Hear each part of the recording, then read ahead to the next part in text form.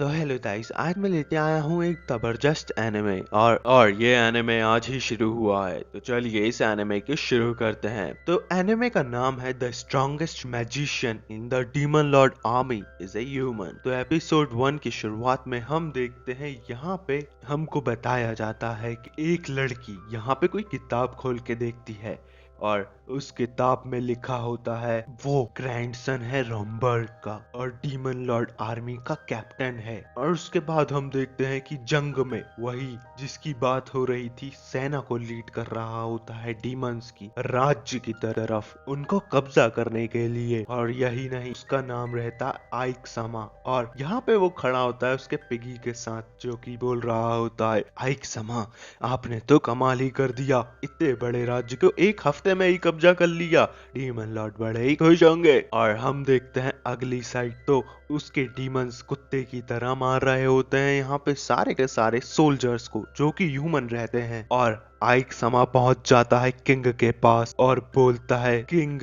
ओ मुझे पता पड़ गया तुम कौन हो, तुम हो कमांडर डीमन लॉर्ड आर्मी के जो कि कभी नहीं मरे, है ना। तो यहाँ पे आइक समा उसको ऑर्डर देता है कि तेरे पे 3 ऑप्शन है, पहला अपने हाथों से मर जा, दूसरा भाग खड़ा हो यहाँ से, और तीसरा हमारे अंडर राज्य कर, समझ आ गया। तो वो किंग बोलता है, अरे तू तो डीमन होके मुझ पर रहम कर रहा है, पर ऐसा नहीं होने दूंगा, और अटैक कर देता है आइक पे। पर आइक उसको पेल के रख देता है उसके मैजिक से और हरा देता है। पर तभी हम देखते हैं कि वहां पे एक लड़की उनको देख रही होती है जो कि और कोई नहीं आइक की 7th कमांडर होती है डीमन लॉर्ड आर्मी में, और आइक उसके अंडर ही काम करता है। और उन सब पगचौदियों के बाद आइक एक बैरियर बना लेता है और बात कर रहा होता है अपन से कि मैं नहीं चाहता ज्यादा लोग मरें क्योंकि मैं इंसान ही हूँ और डीमन लॉर्ड आर्मी का कैप्टन हूँ। इसके बारे में डीमन लॉर्ड को भी नहीं पता। मेरे टीचर रॉम्बर्ग बहुत ही तगड़े मैजिशियन थे, वो मेरे दादाजी भी थे, उन्होंने मुझको सब कुछ बताया है एडवांस सिविलाइजेशन के बारे में, और तो और मेरे को पूरा मैजिक उन्हीं ने सिखाया है। और उन्होंने ये भी बताया था कभी किसी को अपनी आइडेंटिटी,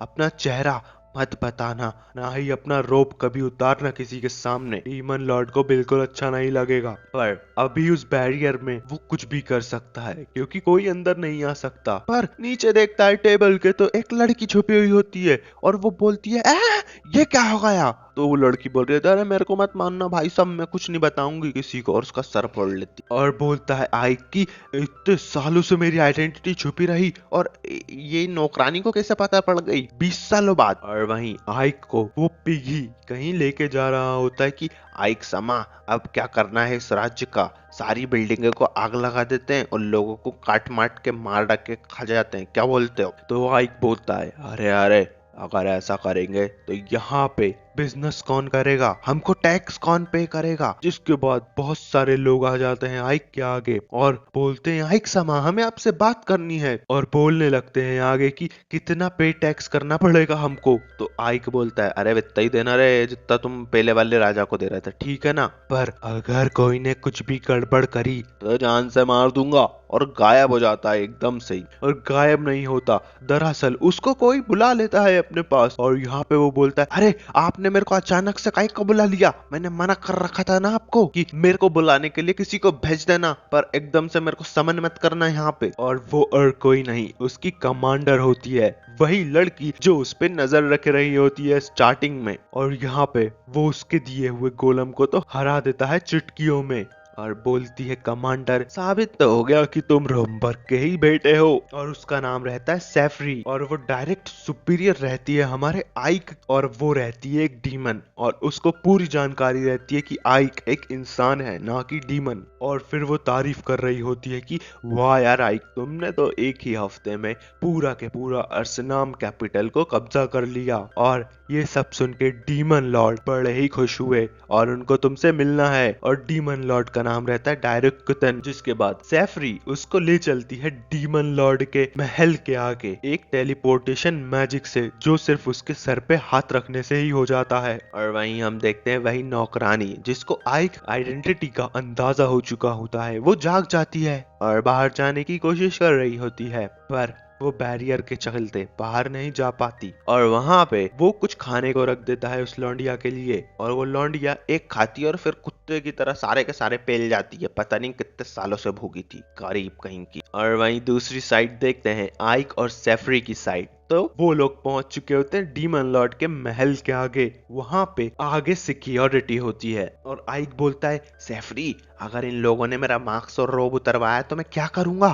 तो सेफ्री बोलती है अरे तू टेंशन मत ले, अभी तेरा मैजिक बढ़ा देती हूँ जिसके कारण वो तेरे से कुछ बोलेंगे ही नहीं। और जैसे ही वो वहां पे जाते हैं तो सेफ्री एक ऐसा जादू करती है जिसके कारण औरा बढ़ जाती है हमारे आइक समा की और वो ऐसा लग रहा होता है कि उससे बड़ा मैजिशियन पूरे जमाने में कोई नहीं, नर्क में भी कोई नहीं हो। और यहाँ पे वो गार्ड लोग पूछने लगते हैं अरे तू ग्रैंडसन है क्या कॉमबर्ग का, जादू तो इतना तगड़ा है यार तेरा, अलग ही दिख रहा है हमको। और उसको आराम से एंट्री मिल जाती है महल में बिना कोई चेकिंग के। और जिसके बाद वहां पे चलते चलते जा रहे होते हैं वो लोग, क्योंकि वो महल का रास्ता इतना लंबा होता है जितना लंबा तो रेगिस्तान नहीं है। और वो बोलता है बे कुत्ता कमीना कहाँ मरा पड़ा है, जल्दी आ जाता, यहाँ सामने ही बैठा रहता तो क्या चल जाता उसका। और वो सेफ्री का उड़ने वाला जादू भी यूज नहीं कर सकता जिसके कारण उसकी जल भी रही होती है कि साली इसको तो कभी कभी पेल दूंगा पकड़ के आ गई रपेटे में तो। और वहीं हम देखते हैं कि वो पहुंच जाते हैं डीमन लॉर्ड के आगे और फिर दरवाजा खुलता है और जैसे ही डीमन लॉर्ड की बात कर रहा होता है जिसका नाम डायरोकोटॉन रहता है, वो बताता है आइक कि ये सबसे पावरफुल लीडर है डीमंस का, ये बहुत ही हरामी है, किसी को भी मार सकता है, दोस्त हो चाहे दुश्मन हो।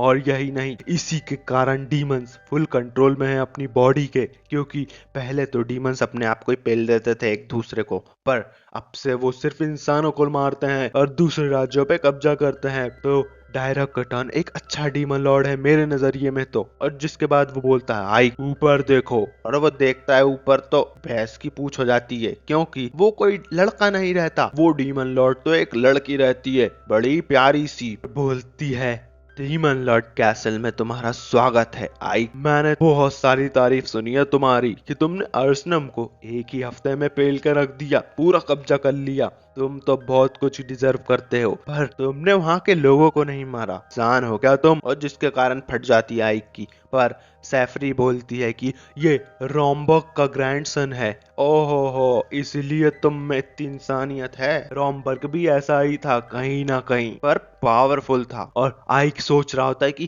काश पेल देता दो चार लोगों को तो अब ये क्वेश्चन नहीं पूछ रही होती कि मैं ह्यूमन हूँ कि नहीं। और फिर बोलता है आइक कि क्या मैं कुछ बोल सकता हूँ डीमन लॉर्ड, तो मैं इंसानों में डर नहीं बनाना चाहता, पहले की हिस्ट्री देख लो आप उठा के, जहाँ पे हमने राजाओं को मारा है इंसानों के, वो जगह तहस नहस हो गई, और जहाँ नहीं मारा वहां से हमको अच्छा मुनाफा हो रहा है। तो मैं ये सोचता हूँ। और एकदम से सामने आ जाती है उसके और बोलती है तुम बाकी डीमन से बिल्कुल अलग हो आइक, अगली बार हम जब मिलेंगे तो मैं तुम्हारा थोबड़ा देखना चाहूंगी मार्क्स के पीछे का, समझ गए। और फट के गिर जाती है आइक की मेरे को तो लगा मेरी तो पेटी बनी आज भाई। और इसको तो ये भी पता पड़ गया कि मैं मार्क्स पहना था सेफ्री। तो सेफ्री बोलती है हाँ बे, पर ये तो पता नहीं पड़ा ना कि तू इंसान है, चल उसने तेरे को एक गिफ्ट दिया है, गिफ्ट बोलूं कि पनिशमेंट पता नहीं। और जिसके बाद वापस से हमारा आइक आ जाता है वही नौकरानी वाले कमरे में और देख रहा होता है कि वो भैंस की तरह सो रही होती है, तो उसको उठा देता है और उठते ही वो वापस रगड़ा पेटिस की तरह सॉरी सॉरी सॉरी सॉरी बोल रही होती है। तो यहाँ पे आइक बोलता है अबे नहीं मार रहा, चुप हो जा, तेरा नाम क्या है? 13